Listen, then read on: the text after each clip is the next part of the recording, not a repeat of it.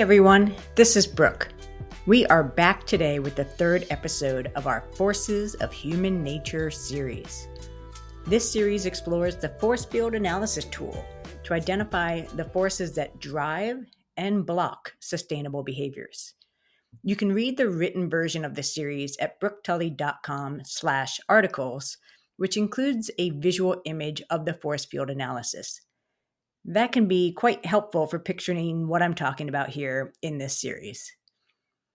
In the first two episodes that we already covered, we explored the right side of the force field. That includes external deterrents, also known as barriers, and internal deterrents, mainly inertia. Now that we've thoroughly explored deterrents that may prevent audiences from taking action, we can move on to identifying which motivators we can leverage to jumpstart action among our audiences and sustain their momentum towards change. Like external deterrents, external motivators tend to occur in the social environment around the audience. The audience is exposed to these forces and feels prompted, nudged, encouraged, and potentially excited to get engaged and involved in a new initiative.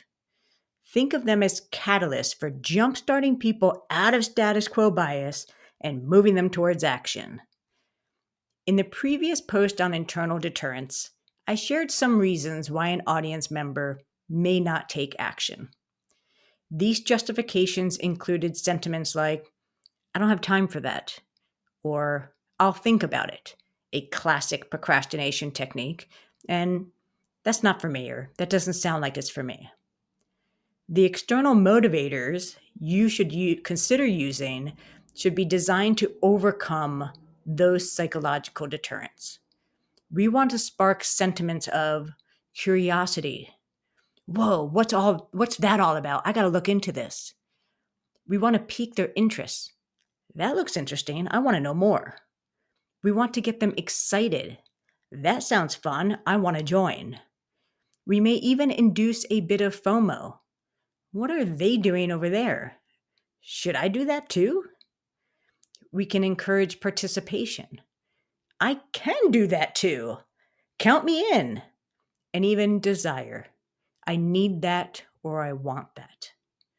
The goal is for the audience to see or hear something that sparks them to do something.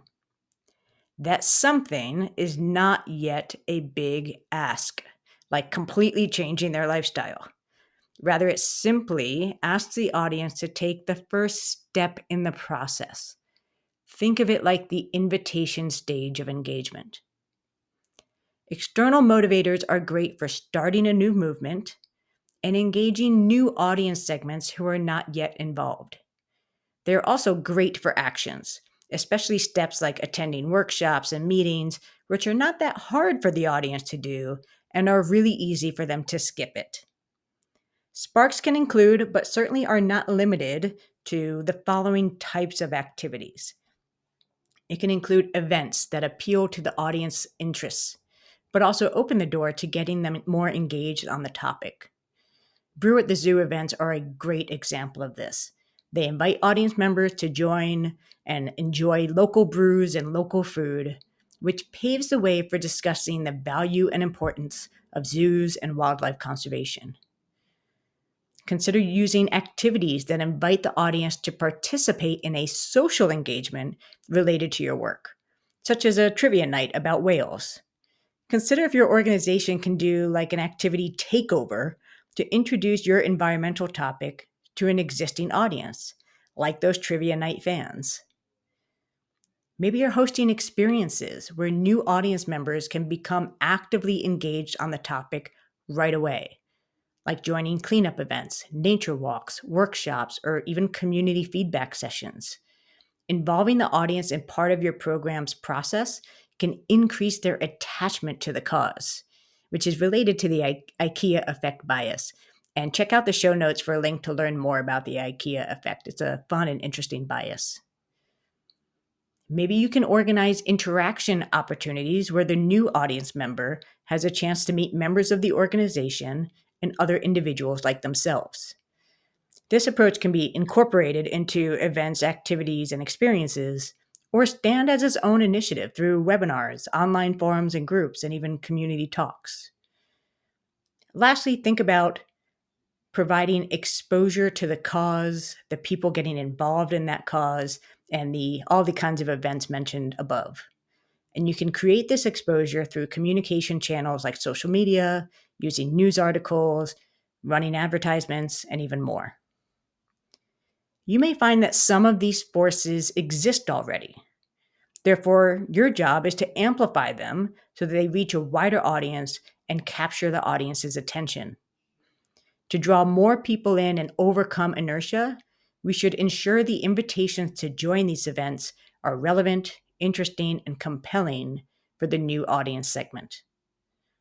It's also valuable to explore whether your program can create new external motivators that excite and engage the audience, such as hosting more activities and experiences. Now, the truth is, it can be a lot of fun to develop, promote, and host various sparks to engage your audience. Unfortunately, we can't live in the world of external motivators forever, especially if we need to achieve larger, longer-term behavior changes. Sparks can get people started on their journey, but they are not powerful enough to sustain the audience's momentum through an entire journey of change. This is partly because the benefits of external motivators diminish over time. Sure, the event, activity, and webinar were fun and interesting the first few times, but then the newness factor wears off. How do we sustain the audience's engagement when the initial excitement wanes? We can continue to create and offer new sparks to keep them coming back for more, but that can actually become a drain on our resources. It also means we have to stay in the driver's seat of creating change rather than passing the baton to the audience and then supporting them along the rest of the way. Therefore, we should supplement or replace external motivators with internal motivators after the few steps of the behavior journey, the first few steps of the behavior journey. A combination of external and internal motivating forces working together is the special sauce for starting and sustaining momentum. And I'll be sharing much more about those internal motivators in the next episode.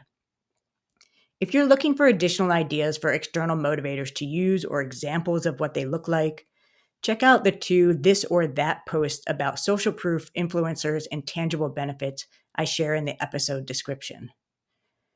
And if you're thinking of using fear or shame as sparks, check out my arguments against going that route in the episode description. And please, please do not go that route. Well, that's it for episode 3 on forces of human nature. Thank you for listening and stay tuned for the final force in episode 4 of this series. Take care.